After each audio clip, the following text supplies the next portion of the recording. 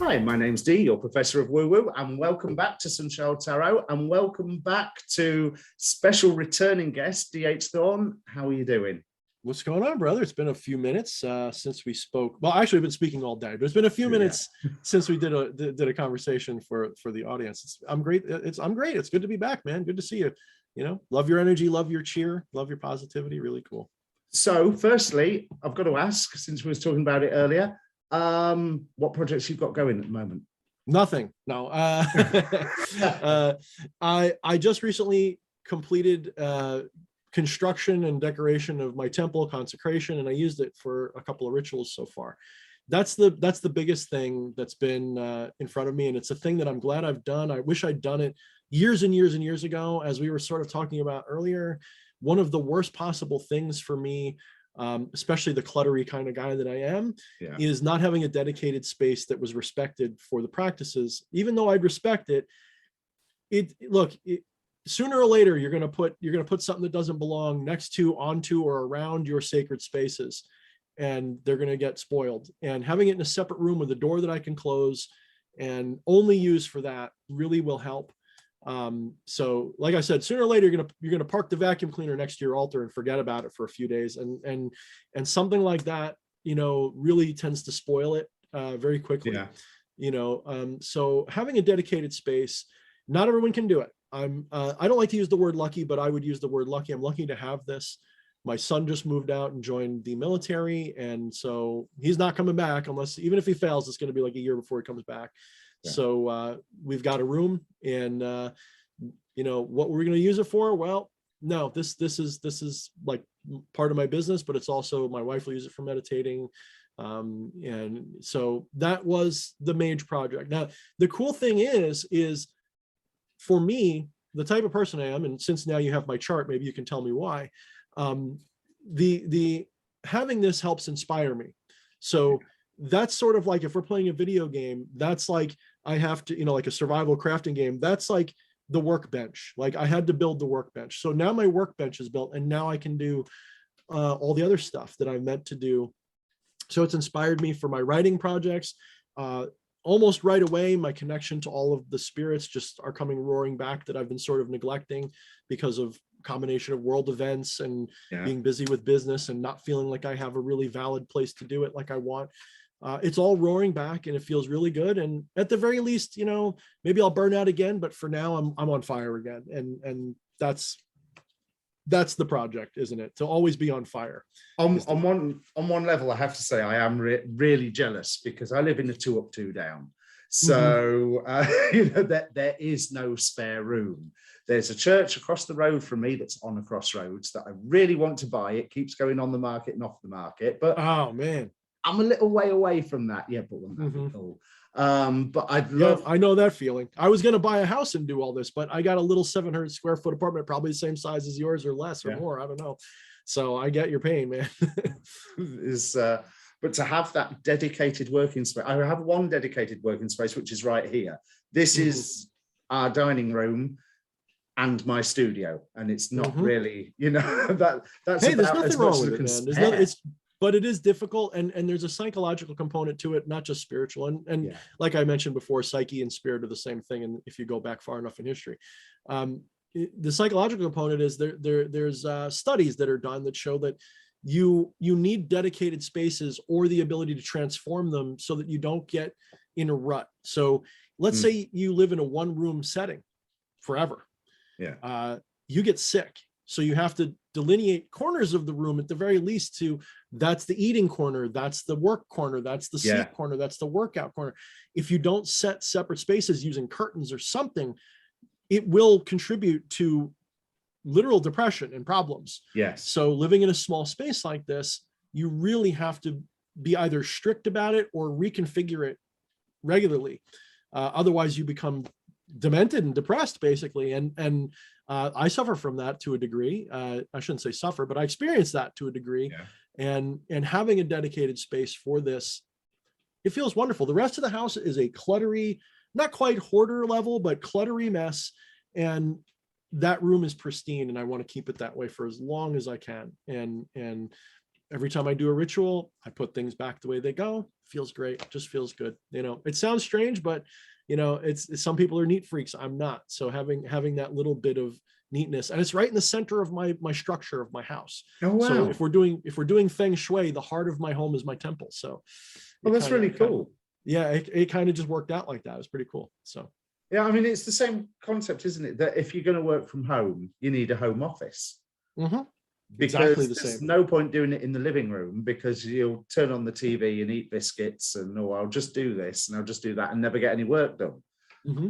So it's exactly that kind of a concept. Unfortunately, space considerations and my work computer is my gaming computer. So some of this stuff does cause issues, and it's my social media computer. So it is a mess, but yes, exactly. You want to have as much, like this one of the reasons I have this curtain here. It's not just for a backdrop. It's because on the other side is my living room, and my wife might be reading or working on a project while I'm shooting videos, or sometimes even doing a ritual in the middle of the living room, for people.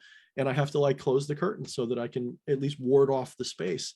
And of course, black curtains, for those who know, black fabric is anything black absorbs energy. So it's a good way to shield or keep energy contained, and then you open it and it all comes shooting out. So that's one of the reasons why black magicians wear black. It's not just because we're edgy and dark and cool. It's because we believe that this charges us to some degree. And it's true. You walk down, if you were to come to visit us in the States sometime, which would be a whole lot of fun, we'd take you to one of the bigger malls in the area, and my wife and I would walk around, and I would just let you follow at a short distance and just watch the reactions of the people as we walk by, looking like a combination of she looks like an Instagram, alternative metal chick, with pink hair and hot as hell and, all this stuff. And I look like some fucking scary, goth enforcer with a do-rag and a freaking spike mask, and everyone's like, what the fuck is this guy? So we'll walk around past I don't know, the JC Penney store, and you just get so you're absorbing all that energy. Look, they'll come in. Yeah. And so you're absorbing all that energy as you walk by, and that's one of the reasons I do it. It's a vampire thing, I suppose. But So one of the things that I wanted to talk to you about today, because this has started touching on the topic with you talking about walking around the mall and being that outside of your temple, outside of your home, being a more public persona the moment that you leave your house. The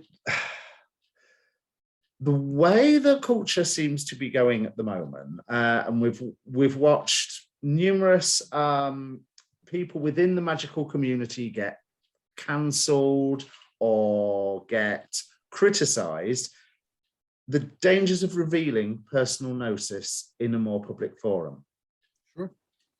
Because there's, you know me, I do tarot and I do astrology on the channel, and I just vaguely hint towards my hocus pocus side, and I'm not really out.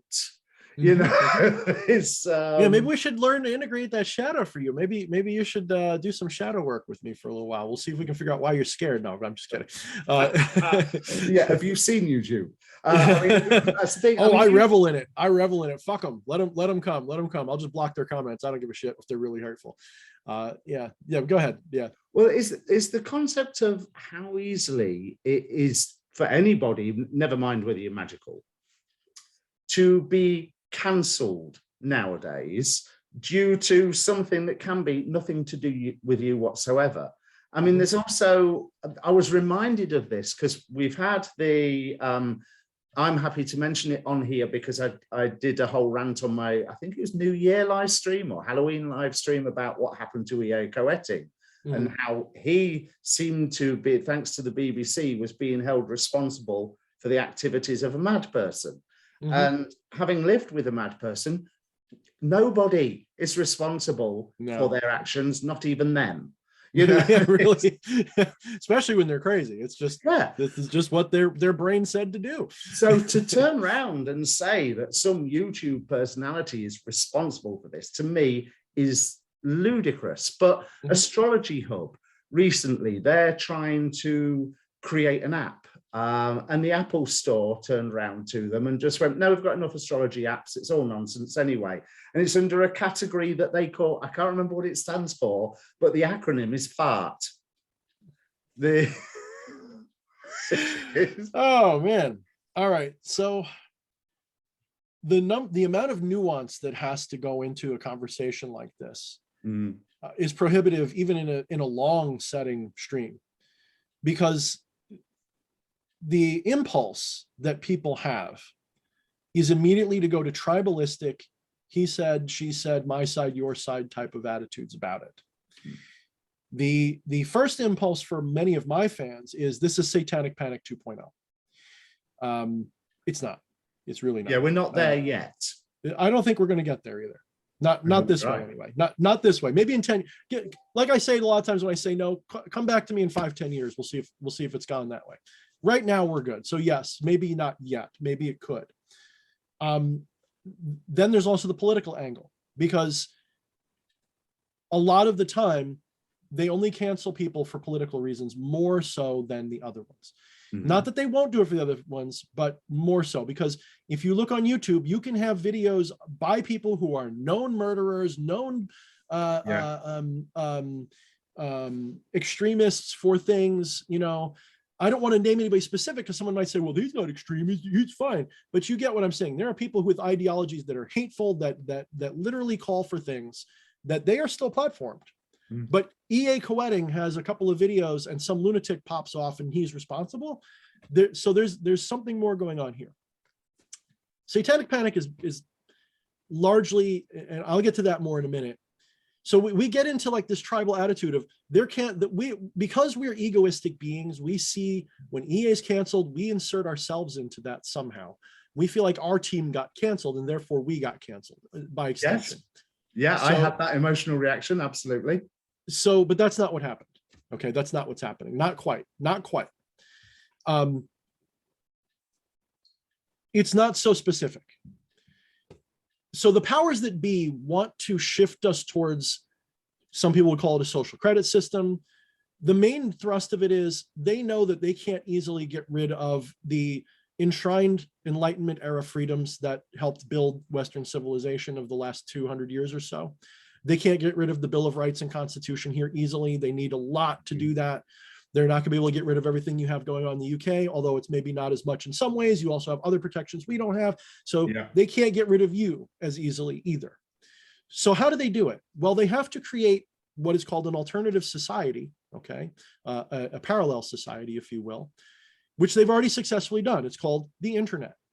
And the more of your life can be put on the internet, the more they can control you legally, because they can't silence your freedom of speech in America legally. They can't come to my house and say, you can't talk about this. But what they can do is say, you can't do it on the internet, because not because the internet stops you, but because all the major networks won't let you do it. You can't do it on my platform. Right. And this is why ultimately, like, I favor turning all of these things that are of a certain size and scope into public utilities like the phone company. Meaning they're still a private company, but my telephone company has no say over what I say on the telephone. Are you a publisher or are you a platform is the question. If you're curating information, if you're taking sides in political issues, yes, you have a right to do that as a private company. But when you become a public square for conversation for everybody, if my boss wants to send me information, if I get news reports, if I get weather reports, if there's emergency broadcasts, if my president or my representative or my MP or whatever the hell else is on these platforms and I can't access that, and that's the best way, because it really generally is for most people, this is no longer a private, it's no longer like somebody's house where they have total control over it. This has become a public utility or hedging into it. So it's a new animal. So I think it's more like a telephone company or email. Does Gmail censor what you say in your emails? Of course not. If they did that, what would happen? There would be an uproar like you've never seen before. So why can Twitter, YouTube, and all these other things do that? Well, they do it with color of law. They do it with this assertion that we don't want to have violent content, hateful content, because this leads to illegal actions. And so it slowly shifts into a power grab for them. What they want is power. They, in your face, they'll present you with the very valid argument.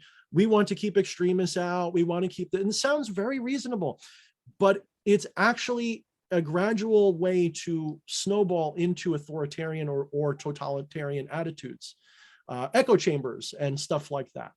I mentioned to you earlier the poem by Maurice Ogden, The Hangman. Everyone should read that poem. You should all read it 10 times and then look at the world we're living in and go, oops, I think I get it. And it was based, I guess, I mean, it was an old poem. I guess, I don't know if it was before World War II or what, but it resonates with people of that era. All these witch hunts and things are part of this. So that is the larger issue, is they want control. And they can't have control over my life directly because we still have a constitution that protects us. Eventually, they want to get rid of that too. But the only way to do that is to change enough public sentiment. And the only way to do that is to control the narrative. And the only way to do that, since they don't have the media like they used to, nobody watches CNN and Fox and all these idiotic channels anymore, really. And if they do, it's for the echo chamber quality. They don't get valid information off of any of them. Yeah. People would say that, oh, you're right wing, you must like Fox. I can't stand Fox. I think that they're garbage. I hate all of this crap. They're all lying to me all the time. So I look for independent journalists. Well, guess who gets the most of a smackdown? You know, the curated content doesn't. The ones that are partners with YouTube, real partners, not just they have the little partner. I mean, the ones that literally sit down with Susan Wojcicki, they don't get censored or canceled no matter what they say. But people that I like, people like Styx Hexenhammer or various others. There's even people on the left that get it too, though to I think a lesser degree, but they still get it too, because the minute they step out of line, in comes the woke police, the censorship police, the cancel police, and they get ushered off into the dustbin too. So really, it's about the pyramid of power. You're not in that top rung, and they want to make sure that these platforms can censor and control you. So where does EA fit into this? EA is, in order to achieve this goal, EA is a nobody, right? By getting rid of EA, it didn't help their cause at all by itself. EA isn't talking about political stuff. He's not talking about even freedom. EA is a spiritual businessman. He's a good guy, but he's a spiritual businessman who's here to sell you your enlightenment, you know, one cool step at a time. And it's a real cool art form, and I support that. But that's what it is. He's not talking about political issues. He's not talking about anything else. The only thing that he's doing that might threaten them is the you are God mentality, which they don't like, which I'll get to maybe in a minute if you remind me, in case I forget because of my ADHD. I'll write that down. What they did this to him for was they need to create examples of people to gradually shift the Overton window from it's absurd to cancel people to it's okay to cancel some people, it's okay to cancel most people, we can cancel anybody we want anytime because, you know, reasons. And EA Quetting is part of that low-hanging fruit. Like Alex Jones was the first one that was mainstream to get canceled. And he got canceled. I don't care what you think of him. There was other ways to handle that. You could say, you know, he never violated any of the terms of service of any of the things legitimately that he got kicked off of. And they all did it all within a day or two of each other. He was kicked off of everything simultaneously. That's a hit. That wasn't a, you know, he violated my terms, I don't want him. That was people got together in smoky rooms somewhere and said, okay, it's time to take out Alex Jones. Okay, let's do it. And that's literally what happened. Now, does that mean he's right? No, but he was a threat. Somehow he was, or maybe he's in on it and he wanted to be canceled. I don't know. But he was a threat to whatever it is that they're doing. I'm not even saying that to defend him. I'm saying anytime an authoritarian system silences somebody, that's a weakness that they're demonstrating to you. And when they go after people, they start with the biggest, lowest hanging fruit. Most people would agree, even people who like him would say he's a lunatic. Even if you agree with Alex Jones, you can't help but go, yeah, but there's still some screws loose. And maybe, I can sort of see why he might get in trouble. Okay, low hanging fruit. So most people didn't raise any kind of protest. A small minority or even a large minority might have, but not enough to sway anything. Then they go further to the point where they can cancel a president, to the point where they can cancel EA Quetting.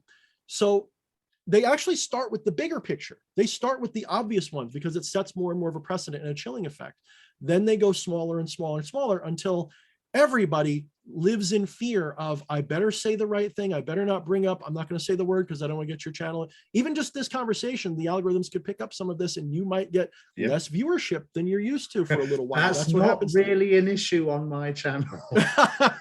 Wow, I went from 10 to 9. No, I'm kidding. But no, I feel it because I got a little political in 2020, and you could argue, yes, some of that was my audience being split over the issue, and so that caused some of the lack of viewership, yes. But I also saw it went off a cliff before I even got really hard into it. It was almost as if these other networks were talking to each other. My book sales went off a cliff almost at the same time. It's almost like Amazon was getting the same notes that all these other guys were getting. It was really strange to see this shadow ban thing start to happen, because here I'm getting 250, 260 new subscribers a month, which for a channel my size was very, very good, down to under 100 in the span of almost no time flat, just for putting, I think it was one stream up about this subject that maybe, let's pretend it was because I pissed off my audience. 800 people saw it and everybody liked it. It had no downvotes at all whatsoever. So that tells me that it didn't run cross grain to what my audience wanted to hear. Yeah, you were playing to your audience is one way that you could put it, or they liked what you were actually saying. Yes, I think I lost maybe 10 or 20% of my audience by occasionally talking about politics, maybe. And I probably gained back 10 or 20% just because people went, oh, he's on my team. I'm not on anybody's team, but okay, I think I'm on your team. Cool, put me on your team. I probably gained a lot more people for it too. So this idea that alone would have done it is bullshit. It's entirely because of the way these systems are being set up to gradually silence dissent or anything that threatens their authority position. That is the nuance. Unfortunately, how that filters down to us as individuals turns into tribal ideas of they're canceling my ideas, they're canceling any idea that threatens their hegemony. And that can be anybody. That can be anybody on any side of any issue. To use a more current example than even EA, and I'm for the sake of the algorithm, but also for my own sake, anybody who's watched my channel for any time knows I'm totally pro-vaccine. I think the vaccine is a good idea. I honestly think that it is a natural thing that anybody who wants to look after themselves and their elderly relatives would have the vaccine. However, I have been made more and more and more uncomfortable where the people who are coming out with anti-vax arguments, that not the lunatic fringe, but the people who are turning around as like saying, can we actually sit and go through the figures? What was it? The British Medical Association got cancelled by YouTube, or had a warning put on their, I think it was the BMA, had a warning put on their video discussing standards errors in the research of, oh God, I should have wrote this down. Russell Brand did a video about it recently, but it was the BMA, and YouTube went, this facts in this video are factually incorrect. So it's like, no, they're not. It's not anti-vax. We're just questioning. Well, don't forget, they just changed the definition of what anti-vax means. I don't know if you're aware of this, but they just changed it. It used to be, you flat out deny that vaccines work and you think that they're poison. That used to be now it just means I just don't want one, or I think people should have the freedom to say no. That's not anti-vax. That is pro-bodily autonomy. That's a totally different conversation. Yes, so you know, me personally, I don't care. If someone wants a vaccine, get a vaccine. You weigh the odds, you think it's safe. I'm not going to judge you. You want to wear a mask? Wear a mask. None of that phases me. I'm a Luciferian kind of guy. I really don't care.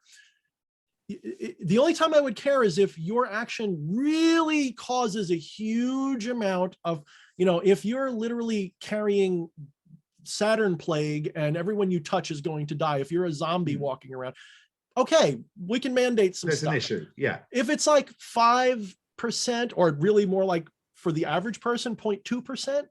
And you're going to get flagged for this video now, by the way, of an illness, then I got a problem with mandating things across the board using governmental, because government is always broad brush. It's never nuance. It's always everybody and nobody, or this race and nobody else. And it's never really right.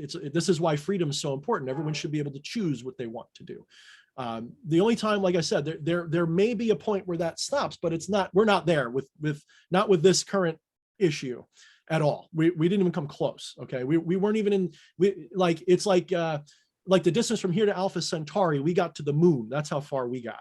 And so all these mandates and all of this heavy-handed government institutionalized stuff, being opposed to that doesn't make you anti-vax. It just makes you anti-mandate. I know so many people who are like you, pro-vax all day long, who are up in arms about, don't you dare force people to get this if they don't want it, especially when you look at the data that says the benefit it has is so small. Stifle the debate. Especially don't stifle the debate. This is what really gets me, because it could be, I mean, I'm using the vaccine because, hey, it's a topic of conversation. It's a hot button. Every single person on the planet at the moment, you know. But it's the stifling of debate.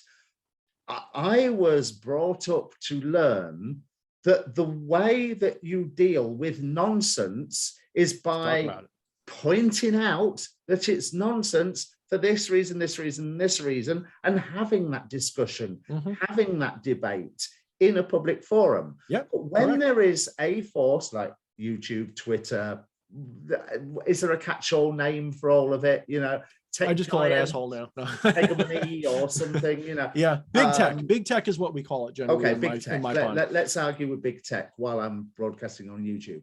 And yes, there's an element of hypocrisy we all have to live with. But if you stifle the debate, how many times do people do something because they're told that they shouldn't? It's so much. It's the Streisand effect. It's the Streisand effect. Or when I was a young child, it was, you know, you really shouldn't go into that abandoned building because, in fact, you're not allowed to go in that abandoned building. Oh, I'm not, am I? Hey, guys, you know what the cool thing to do now is? You know. Yeah, and we don't grow out of that necessarily. Even when we think we're all nice and big and mature, there's always going to be that, don't you dare tell me that I can't talk about this, think about that. And this is what worries me. This whole anti-vax thing, the cancel culture that we've seen over the past 5-6 years, maybe. It really took off in the last 5 or 6. Victim of that. Yeah. It's thought crime. It's making the idea of thought crime respectable. And this is the one thing that has so alarmed me about where we're going as a civilization. Correct. Yeah.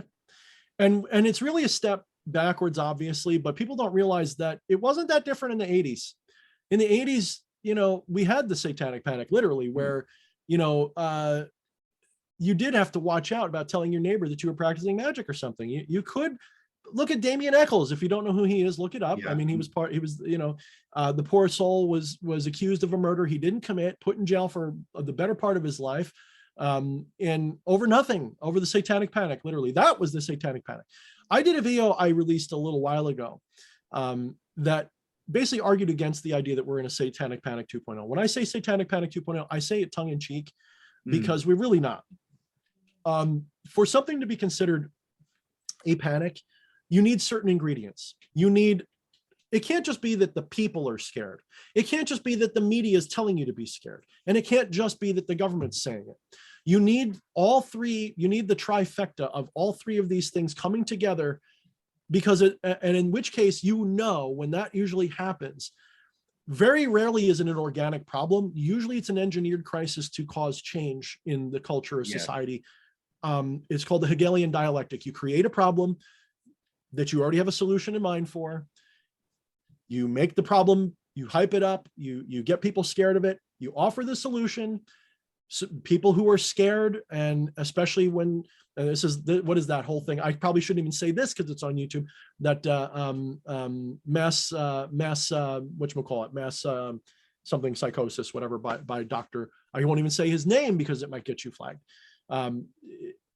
That's the thing. If I have to keep doing this, what the fuck is the point of being on YouTube? We're not talking about porn. We're not talking about snuff films. We're not talking about any of this stuff. We're literally just talking about controversial concepts, and we've got to worry about getting you in trouble or me in trouble for talking about it. This is a public square, guys. How dare they do this to us? And so I'm of the mind where I have very specific, as you know, like you say, like you jokingly say, we're political enemies in our political world. But absolutely, 100%. From a humanist perspective, we're on the same team completely. And you know, probably in another life you were a libertarian like me, and I don't know what happened. We got to get you back. But the point is, but the point is that we agree on human rights issues, and they don't, and they don't. So EA Koetting wasn't canceled because he has Satan videos. Because I got news for you. There's a lot of other channels that have videos about Satanism that are bigger than his that didn't get in trouble. You've got videos like Morgue Official, you know, channels like Morgue Official. That fucker is extremely, I don't agree with his politics whatsoever. And his videos are a little shady sometimes to me, but I like his shows. And if he's not canceled, how come EA was? He says even more potentially subversive things than EA ever did. EA never said we must do anything. He never even supported a political party. He never did any of that stuff. Morgue did. Of course, he supported the right one. He didn't support the wrong one. So EA has never really spoken about any of that stuff. However, he has haters, inner circle haters that were ejected for whatever reason. They left his inner circle. They carried with them information, behind the scenes videos of him yelling at people, justified if you know the background story, people he's still friends with that are like, no, I had it coming when he did that, when he chewed me out like that, because I worked for him and I did that, and it, you know, whatever. And he was going through shit. So the people who should be mad aren't. And so there's videos of him chewing out people. There's videos of this. So there's people that are like basically disgruntled employees for whatever reason. I'm sure there's more to it than that. I don't want to diminish their problem. For all I know, he was abusive to them. I don't know. I just know the man that I know, and he's not like that. But he maybe just shows me a face that he wants to, I don't know. I'd like to be fair, right? I'm just trying to be fair. So these inner circle people, my suspicion is that they went to the BBC, either somehow the connection was made. I don't even, maybe one of the people in particular has insider connections to these people, went to these groups, sold them on this story. They did the digging. They found enough to make it work, and they used it, and they got him taken down. And it wasn't. And then there's other magical channels on YouTube that have only seen the BBC report and are condemning it. But that's going off topic because we're going quite deeply. Finish your point, but let's return to the debate idea. So the BBC is like all the media. It's the fourth branch of every government. Okay, it's generally speaking, when you have, especially the BBC, which you correct me if I'm wrong, it's somewhat state, you know, it's public funded, but it's also got a lot of government, you know, tendrils into it. It's not an independent company that's by itself, right? It's caught by the short and curlies, since it is the government that sets what the TV license will be and how the TV license is looked at in law. Now, the actual ideals of what the BBC is supposed to be, I thoroughly support. However, I do think that in the past 20 or 30 years, there have been numerous instances where the BBC has not been what it's supposed to be. Well, it all becomes state-run propaganda. Anybody who lived during the original Gulf War remembers Baghdad Bob and how funny he was to watch while he's saying that the Americans are losing. Meanwhile, you can literally see in the background our tanks rolling through buildings, blowing crap up. And it's literally that scene from, I think it was Naked Gun, where you have Leslie Nielsen saying, nothing to see here, there's nothing. And meanwhile, things are blowing up behind him all over the place. It was literally that funny and bad, and it's a caricature. Well, our entire mainstream media and big tech apparatus has become that caricature, and it's not even a joke anymore. It is real life. It's become clown world, as they say in my political pond. Okay. And this has gotten to the point where, like we are seeing on opposite sides potentially of the political spectrum, it's starting to burn us all. Like, it's no longer just, oh, they're going after people I don't like, so it's okay. No, now it's wait a minute. I'm not really, I'm not comfortable with fascism now that you mention it. I'm not okay with governments and businesses colluding to silence people. I'm not okay with this. What the fuck is going on? It was one thing when it felt like it was just YouTube doing it or Facebook doing it, and they're just being nannies about what you're saying. It's frustrating, but it's like, all right, whatever. But once you start feeling like they're colluding together for one narrative that is the same across the whole board, that is also the same narrative as the main establishment in every government around the world, they all want the same thing. Wait just a minute. This is no longer just run-of-the-mill corruption or nanny state nonsense. This is now becoming fascism or totalitarian, whatever ism you want to throw on it that is bad, you can put on this and you probably won't be wrong. So I'm not saying that EA was destroyed because he said something they didn't like. He was low-hanging fruit that just gave them another feather in their cap, another notch on the bedpost that says we can fuck anybody we want at any time with trumped up reasons, because this is what they want to do eventually to everybody. I don't even necessarily blame the journalist. I mean, I do, but he's somebody who obviously knows naff all about magical arts, esotericism, magic in general, ceremonial magic, Solomonic magic, whatever. He knows nothing about it. So he's coming from a point of ignorance. He sees some, like you say, low-hanging fruit that he may have been fed by somebody else. I don't know. I don't care. None of my business. I wasn't there. I don't know any of the people. But the BBC is supposedly unbiased, which is not in the same way that a lot of American media has the unbiased, where it's going, well, we've got the opposing voice. Yes, you've invited a crackpot off the street. Yes, they always invite a crackpot. Exactly. Yeah. You know, there's the BBC is supposed to be someone who would turn around and say, right, okay, this is what's happened. Here's what the context is. Here's part of the history of magic throughout society. And here's a little diagnosis about what this mental health condition is. And there wasn't. It was like, oh, no, demons, got to be blood sacrifice. Turn off your TVs. Everybody listening to us right now. The BBC institution allowed that. But as you say, it's purely a symptom of this. If you was to be charitable, there is a group think going on between people with money. Well, we all know what that group think is with people with money. It's money. That's what the group think is. And that is why if it's acceptable when you pick people off, they look at EA Coetting, and as much as I hate to say it, because I don't like the guy, but to a point, you're right about Alex Jones. I love when I'm right.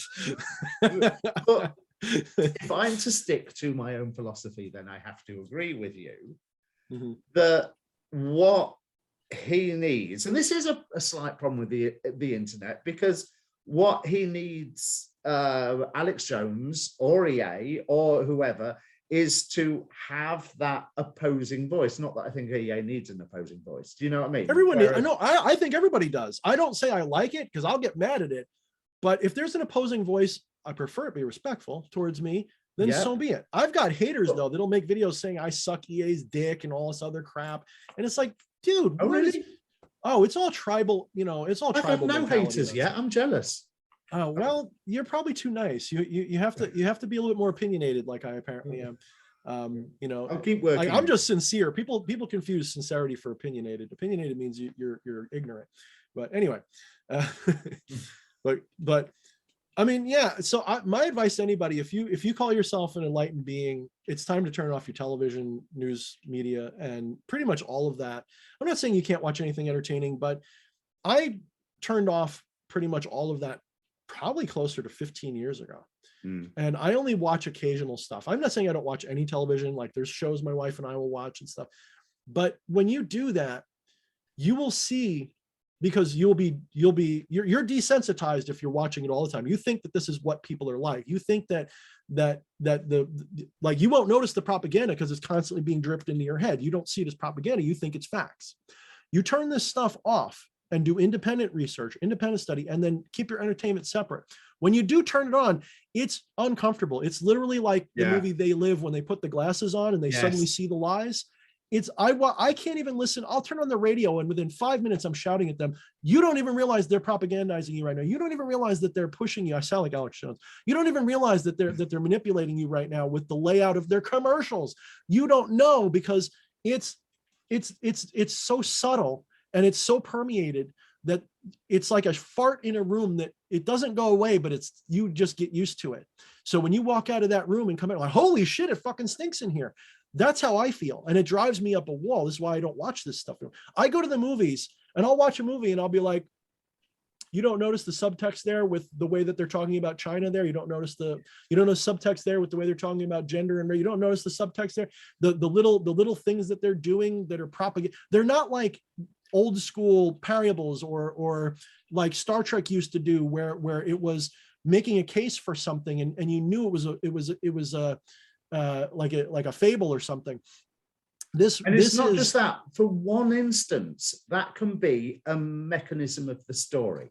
Mm-hmm. But it's like when you're reading an astrology chart and they say you can't say anything about the client or the client's life or what have you until you've seen it appear 3 times in the chart.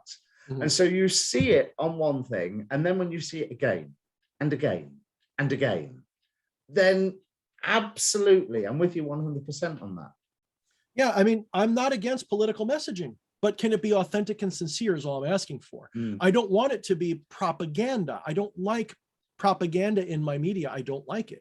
If I watch a Marvel movie, if the writer of that story, which it's not, it's a group of people, so it's group mind. It's not an author expressing a cool idea. It's not, and it doesn't tell you, like, if it told you on the label, hi, we're a whatever political leaning story, that's different. It's I'm not saying I'm okay with it, but I would know, and I'd go, okay, I know that's what's going to be in there. It's not pandering then the same way.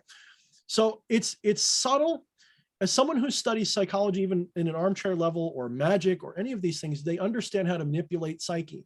When you understand how to manipulate your own psyche in particular, you understand how to manipulate others. When you can see what they're doing, it becomes so uncomfortable. And the silencing is part of that process. So in order to install a really hard authoritarian system, you have to, at some point, silence opposition somehow. The more heavy-handed you are too quickly, the more the people will revolt, and that's what we're seeing. They've gone a little too far too fast. They thought they could get away with it, and maybe they still will, because they still have enough power in the other areas. But unfortunately for them, they've gone a little too far too fast, and too many people are realizing it too quickly, even people that were on their side a year ago. Like, I know people that I want to reach out to them and strangle them, but I won't, who were telling me that my fear about what Australia was doing was too much. Like, oh, they're never going to put people in camps for this. They're never going to stay. They're just locked down till it's over. And the people there are going berserk. They're having, the country's falling apart because of the heavy-handed response that's been done. There's organizations that have come out. Johns Hopkins University just did a study. I can find it for you if you need it. That they just came out, and granted, to call that proof is hard because it's just one system, but it's a peer-reviewed paper that comes out and proves that the response to this was literally the worst possible thing we could have done. All this heavy-handed lockdown, all this heavy-handed mandate, all of that has caused more long-term damage than if we had just did nothing. That should tell you a lot. That should tell you everything you need to know about why are they defending it so hard? Why are they silencing opposition so hard? Because it's a power grab. It's always a power grab, or money grab, whatever. It's all the same thing. It's a grab that makes us smaller and them bigger, and they'll never let it go if we let them have even an inch of it. So my position from day one has always been, it's your choice what you do. I'm not going to judge you for doing any of these things. If you want to stay in your house, if you want to take your shots, if you want to wear a mask, I'm not going to judge you. I may say, I think you're being manipulated by fear because I don't feel this fear that you do. I think that they're manipulating the numbers to make it sound worse than it is. I think they're doing it. I'm not saying it's a 0, but I'm certainly not the number that they're saying. I think that this is all, to say a false flag would be accurate. I think it's a type of false flag. I don't think any of this is organic. My spirits have told me this was intentional. None of this happened by accident. This wasn't like, oops, something escaped a lab, or oops, a bat fell into somebody's soup. No, I don't believe that for a minute. I think that this was always going to happen. This was planned decades ago, probably. So I don't think that any of this is organic the way people think it is. Is it a real thing? Sure. Is it organic? No. 2020 was the year that my group and I did the Shadowgate project. And the Shadowgate project, to go on a tangent, but a related one, was we went around using the spirits from my Shadownomicon book, the ideas, the archetypes from it. And we created gates to the abyss to let the shadow people forward. And the point of that, most people misunderstood. They thought I was cursing the world somehow. I'm letting the demons out, basically. No, you idiot. You don't know what a shadow person really is. By opening these shadow gates, it causes the revelation of shadows. In other words, it's like saying, okay, for too long, people have been ignoring their shadows. And the biggest one that I was attacking at the time was what we call Legion, which is the collective shadow of human collective conscious or psyche. The hidden things that we don't deal with as a culture, not just as an individual. And that is the creeping, growing authoritarian regime that is building in the shadows right in plain sight, honestly, that a lot of us have seen growing for a long time, that people just completely ignored and said, that's all conspiracy theories. You're watching too much Alex Jones, or which maybe is true, but a version of it is certainly true. But people were, look, Alex Jones, if anything, may have turned a lot of people off to the truth because the way he says it. So yeah, if anybody is a blooming false flag, it's Alex Jones himself. Well, what if everything he says is true? That's the irony, is that he might be telling 100% truth, but because of the insanity and because of the propaganda leveled against him, they intersect in a way that reasonable people will say, oh, because we're tribal and because we don't play with nuance, as we don't have critical thinking skills, we tend to broad brush things because it's easier and quicker because we're lazy as a species. We don't examine, and we can't examine everything he says to see what's true and what's false. So when an authority says he's crazy and wrong, and here's why, and if they give you even one good reason, most people are, unfortunately, suffer from a logical fallacy where we think that someone who fucks up once can never be trusted again, or someone who makes this mistake or whatever. So they paint that person as bad. And then everything now, I'm not even saying I trust the guy. I think he might be working on the other side, to be honest, sometimes. But the point I'm making is that instead of even examining his evidence at all, people just say, put him in the dark, shove him in the shadows, don't paint. So the Shadowgate project, it wasn't anything to do with Alex Jones at all. The point is the Shadowgate project was to try to reveal to the world the collective shadow that we have been ignoring. And I think it worked spectacularly. 2020 was like, ta-da! The world is really an authoritarian place of lunatics and assholes that are trying to control you. I guess you didn't notice, but we did. Deal with it, motherfucker. And I think people are going to, but there's so much I want to respond to there. So much. One, okay, because you did make the comment, and I've got to pray to the YouTube gods. And please, Susan, don't cancel our channel. I still wear a mask when I'm out and about because my mother's COPD. Sure. And she's 77.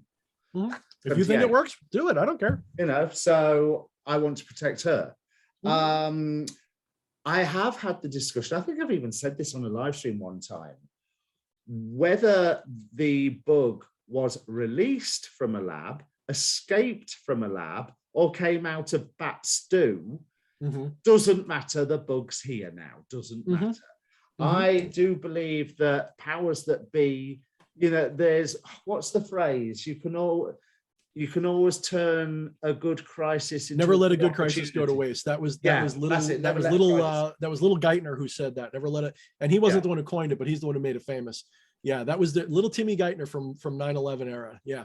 But then all of this stuff has just really hammered home that growing authoritarianism that is becoming part of the culture and an accepted part of the culture. And which really to someone in our generation is insane. I have, just before I was speaking to you, we was talking about the full moon in Leo, which I'm saying because I think I'm going to actually upload this the day after the full moon in Leo, but I recommend that everyone go and watch that because of course I do, I want the viewers. But there's also, this is why I was saying I was in love with Pluto earlier, because all the stuff that's been going on, there's been bringing stuff up to everybody's awareness. And whatever house Capricorn is for you, it doesn't matter. Something has come to your attention.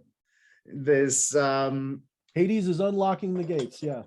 It's this growing censorship culture, to put it in mild terms. But yes, the growing authoritarian state that is behind it that really, really bothers me. Now, I had planned over a year ago to diversify from YouTube, go onto BitChute, go onto Odyssey. With one of your recent videos, you lit a fire under me ass to go on, get on with it now, which I finally have done. But I also think that whatever platform, that's going to be a constantly nomadic existence, because if Odyssey and BitChute get bigger, they're going to end up going corporate. Someone will sell it off, right? Just like PayPal and Patreon and all those. Yeah. I mean, Elon Musk started PayPal, right? And originally it was a pretty good platform, and I still use it, but you can get kicked off of Patreon and PayPal. Like, how, if I do the wrong video on YouTube, I could lose everything. Not just on YouTube. Every mainstream platform could kick me off just because I said the wrong thing. That is what's called in China and places that use this system. Basically, it's like the social credit system. Although they have you mentioned social credit earlier. I was thinking you were. I don't know if we're going to get that exact system, but something like it is definitely planned for the West in the coming years. Everyone's like, I mean, I don't want to get into the whole China thing because that's somewhat of a paper tiger. I'm not saying it's no threat, but I'm saying it's somewhat of a paper tiger. It's just like I said to you earlier before the stream, and I think it's a big thing that people need to think about. Is ideology is for plebes. Ideology is for us. Ideology is for the working class. It's for the average rank and file. It is for even the upper class, but it is not for the elite. It's not for the ones who control. Ideologies like left versus right, Christian versus this, and blah, blah, blah, blah, blah. That is what we use to engage culturally. The people in control do not have ideologies like that.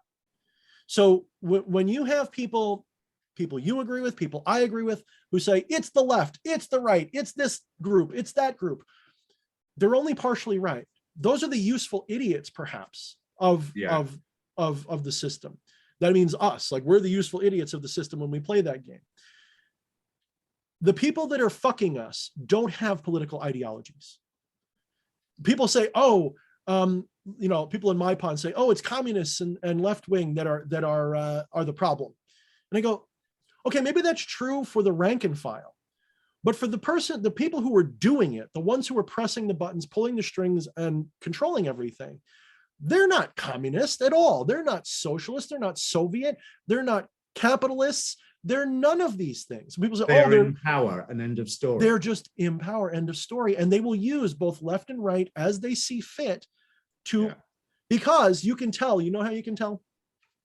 You have, like an American government, you have the two-party system, which is retarded. You have this system of two parties, and they disagree about all these little football issues like abortion and vaccine mandates and all this other nonsense. But whenever it comes time to fuck the people, they suddenly agree without fail. It's suddenly an emergency, and we have to agree. We have to divert all of our money and all of our power. You have to give up your rights a little bit to save yourselves, and we'll, of course, being the benevolent government that we are, we'll take care of that for you. Just shut the fuck up and sit down. That's literally what they do everywhere. So by us even having this conversation, one can turn around and say that it is a form of protest in and of itself. Correct. Yep. How effective that is another discussion entirely. What would you suggest? I mean, other than keep moving on to the free platforms and running away from the corporate ones, what else is there? Be as completely self-sufficient as you possibly can be in every way. There's no way to be complete. There's no way to do it all. Nobody's better or worse in this capacity. But like I described when the first lockdowns were happening, and I said people who didn't have even an ounce of prep were dumb. If you have 2 weeks of food stored, that's 2 weeks they can't control you theoretically. If you have a year's worth of food stored, that's a year's worth of life that you can have where they have a hard time pushing you around.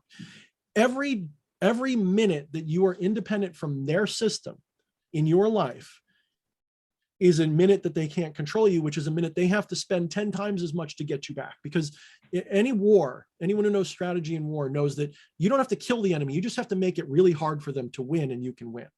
Okay. What that means is, think of like when Germany invaded Russia. Russia lost all this territory and they just kept backing up and saying, come on in, and we're just going to raise and burn our towns as we go through, and you're going to take all, we're winning, we're the Germans, and then winter hits and you're fucked. That's exactly how we have to act. We have to realize that for every inch they want to take, it's going to cost us an inch. That sucks. They've got to spend 10 inches to take it. And that means passive resistance. That means just, little acts of defiance. But that requires that you be self-sufficient and not dependent on the system as much as you can. Nobody's going to get this right. But every little bit that you can do, that means alt tech for the tech conversation. That means storable food for the economic situation. Going to maybe, I'm not going to give you financial advice, but maybe Bitcoin, gold, shit like that. It's finding ways to just, hey, I've got this other thing that they can't so easily touch because it's on the back burner or it's not part of their system, so that if push ever comes to shove, and it may, if push ever comes to shove, I can completely log out of their world for a little while and just resist them. If we're living a hand-to-mouth system like we have, where I only have enough food for 2 days in my house because I haven't gone to the store or whatever, all they got to do is, look, your supermarket doesn't have more than 2 days of food in it. If they shut everything down just right because any reason, you're fucked. And now you got to go to get on a bread line or something stupid. And that means, what if that bread line says, did you make a post about Alex Jones in 2016 that we don't like? I'm not saying we're there yet, but some places in the world are, like China is like that. So will we get that far? Call me in 10 years, not tomorrow. 10 years, maybe 20 years, maybe. If you look at the Agenda 2020, it happened.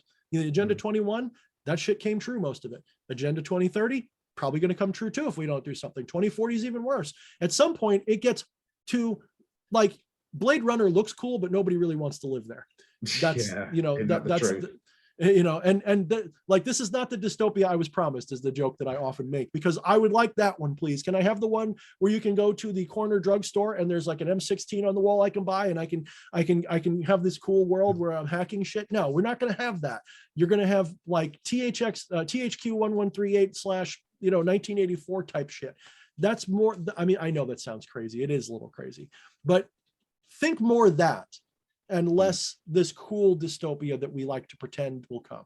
That's not going to be, and you don't want that even if it did happen.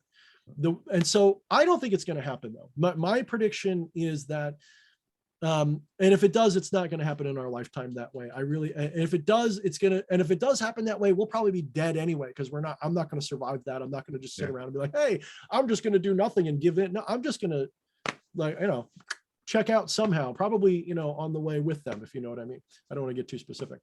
But I'm not going to just submit. I'm going to be sharing a Coke with my government, so to speak, if people know that reference. So I don't plan on just rolling over, and no one should. Our ancestors fought for the freedoms that we enjoy, whether it's the American form of freedom or somewhat, but the freedoms that we enjoy collectively as a species were paid for by a heavy price. And if you just let them have it, if you just say, fuck it, I'm going to let them control what I can say because it's a private company, you're giving in. I know people are going to say, well, Thorne, you're not much of a libertarian if you don't believe in private companies. I do, but they've crossed the Rubicon from, I'm an in-house little private company that gets to decide who to do business with, to it's a public utility now, where if I get kicked off of all these platforms, I can't feed myself. For a simple reason of, not that I said, do this bad thing, but because I said, I don't like Biden, click, gone. What? Like, what world do you think that that's okay in? Like, if you went to the corner drugstore and they said, did you vote for Biden? You can't buy stuff here. you could sue the living shit out of them. That's not a private business at that point. That is now an authoritarian system of control. And they are in bed with government, especially when you realize that DARPA from the US has ties into almost all of this stuff in some way, that there's propaganda wings in all of this stuff. It's not independent. This isn't an unholy alliance. It's fascism, guys. This is literally fascism. When government and corporate are in bed this far, it's not capitalism, it's fascism. That's what it is. And that's undeniable. Anybody who knows history knows what's going on. It's just that people on the left think it's all Nazis on the right, and people on the right think it's all commies on the left. And it's an episode of look at them, it's their fault. Yes, yes. Mm-hmm. Right. So to conclude, because we've been going for a while. Let's move on. I was about to say, take a breath. You know, I could go on for hours. I know. Where in my chart is this? What is this in my chart? I think it's Aries and Mercury. I think it is. I'll get back to you once I've had a good study of it. But yeah, Mars. I think it's Mars and Mercury that's doing that to me. Have you got Mars Mercury conjunction by any chance? Let me see. I know I got. Let's see. Mercury's in Aries, so that could be part of it. Yeah, they're not far off for one another. Yeah, that figures. It's nearly all of my friends. I love astrologers. They always respond to people like, "Yep, that makes sense, motherfucker." Nearly all of my friends have Mars Mercury. Anyway, so back to the initial question that started this: the dangers of revealing personal gnosis as a magician, as an esotericist, yes. as a spiritual explorer, as a New Age love and light practitioner, whichever. Mm-hmm. Has our discussion made that very question moot and irrelevant? Or is it a good idea that a personal gnosis belongs in the same place where personal gnosis has gone for years and years? Small print run books that don't get looked at for 200 years. I like that meme. If you can find it and flash it on the screen, why can't we have both? Like, why not both? I was joking around, I guess, off air earlier when I said I'd probably never be able to be esoteric. That's a complete lie. That's like covering my own shadow, really. I'm covering my tracks there. But I am very exoteric in my public teachings. But there is absolutely esoteric knowledge that I have that I don't talk about. Things spirits tell me, things that I don't go into specifics for. Sometimes because I'm not even sure if I can prove it. Sometimes it's because it's as I'm discovering, because you've heard my frustrations with the bring back my ex crowd and the superstitious, superficial fools. Like the Kabbalion says, it's like casting pearls before swine. But as a Luciferian, I'm hoping that one of those fucking pigs stands up and puts the necklace on and says, I get it. That's what I live for, is that I feel like I've got to broadcast certain truths to the world that as I understand them, which if you look, I'm not like, saying something that controversial when I say that you're God. If you look, it's only a Western perspective that gets up in arms when you start talking about it. You go to India, like they go, yeah, you just figured that out. The difference is India will say that you've got to spend now 30 generations of reincarnation to become, to transcend. Okay. Whereas I'm saying, no, I'm more of the Zen mind where you can have that right now. You don't need that. So my point is, that brings us to that God conversation we'll have in a minute. I think that everybody needs to realize that one of the reasons that they might clamp down on spirituality like this is because the more people realize whatever your version of this story is, but that you are the divine, whether you think it's a non-dual story or a dualistic one, but you're still divine, the more you realize the truth of what you are, the less they can control you so easily. If everybody believed what I believe, and when I say believe, I don't mean in a faith way, I mean, I've experienced gnosis or samadhi, okay? Because I use the word gnosis like the Gnostics use it. I don't use it like just knowledge academic. Yeah. I use it as I've had an experience where I transcended for a moment and I went, oh shit, I'm this. Yeah. Everybody who has that experience is not so easy to control. They're not impossible to control, but they're not easy to control. The reason is just like you realize that this is a movie, this is a game, this is a car that I've borrowed. I don't want to break it because I don't want to break my friend's car. but it's not my car. So if it goes kaboom, oh well. So my point is, when you realize that you are the divine, this is just your avatar. And you don't want it to get blown up, but if it gets blown up and that's part of your higher will, for you to follow your highest will, if getting blown up is at the end of that rainbow, so be it. You don't live in fear anymore. You say, okay, whatever comes, I'm going to be my genuine self. And you're going to have a hard time pushing me around. And you can't even do that with things I care about as easily. You can't say, I'm going to kill your whole family if you don't stop talking. If I stop talking, it's not because I'm afraid of you. It's not because I'm attached to them. It's because I don't want to see them suffer. That would be it. And so it's a different paradigm completely. It's a lot harder to control people who know what they are and have a spiritual center. And unfortunately, throughout most of history, that has been the spiritual center that would be considered of the demiurge. That is, in the Western hemisphere of the world, the demiurge has ruled our spirituality. It rules all of them, really. Any mainstream Orthodox religion is demiurgical. Not saying the demiurge is a literal being. I'm saying demiurge is an archetype of an ego, is completely real. And it shows, and the mystery schools know this, the elite know this, they use this to their advantage, because there is, if we want to say there is a non-dual whole, well, it's got to divide into half perceptually, not literally, perceptually in half, from a left and a right side. Well, that one side's going to be demiurge, the other one's going to be a light bringer. And you're going to have those two in competition for our, and it's not, this is a story, guys. It's a myth. It's don't take what I'm saying too literally. I'm not saying that I believe in there's the universe and then it spawned these two things and you must worship one. I'm not saying that at all. I'm saying it's like two ways to look at things. So if on the demiurgical side is keep your faith hidden. Don't tell everybody that you think you're God. Don't share people the esoteric knowledge, because if you do, oh, then the sheep will attack you, and you don't want that. You don't want to get canceled, do you? This isn't for the masses. We don't want the pigs to have the pearls. We want to keep the good for you. The Lightbringer says, which is the Promethean side, so I favor the Prometheus angle, take the fire from the gods, fuck those motherfuckers, light your little torches, and let's go. Let's all realize what we are. That doesn't mean you're tactless. That doesn't mean that you don't have diplomacy. It doesn't mean that you don't recognize that there is privacy and that there are things that don't, that shouldn't go out maybe willy-nilly. There are inner order things like practices or inner secrets that maybe are best kept, not because the world can't have them or shouldn't have them, but because it lacks context. If I just come out and tell you certain things, me telling you you're God for a lot of people is a bridge too far.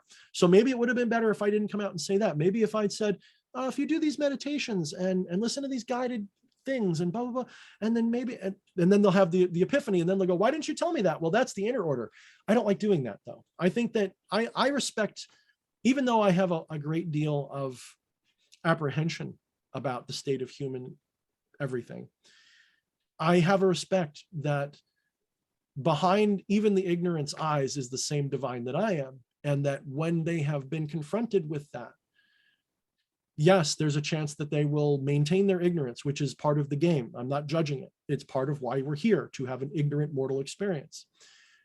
But for those that are ready to realize it, or even just say, that sounds plausible, let me at least live that way, which is almost the faith-based version, which I don't like. But let me live like that and treat everybody like they're part of the divine. That's why they don't want you to know.